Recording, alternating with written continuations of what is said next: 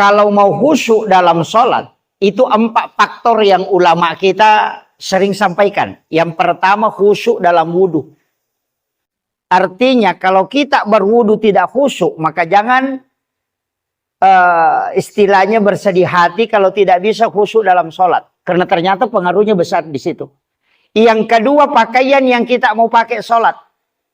Kalau pakaian yang kita pakai adalah pakaian memang dipakai khusus untuk sholat, itu akan membantu kita untuk khusyuk.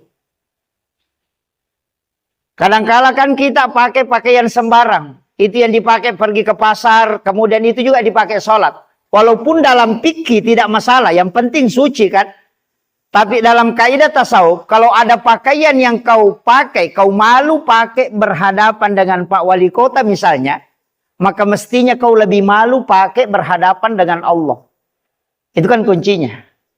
Jadi misalnya kalau kadang-kala kita kalau mau ke pengantin, ambil baju yang bagus, disetrika, kemudian pakai parfum, tapi tiba giliran mau sholat, kadang cuma daster.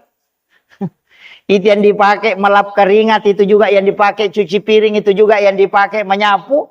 Tinggal ditutup dengan talkum, kemudian kita sholat.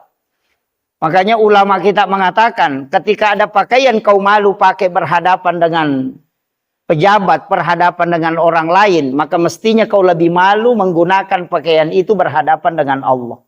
Itu disebut dengan kematangan spiritual.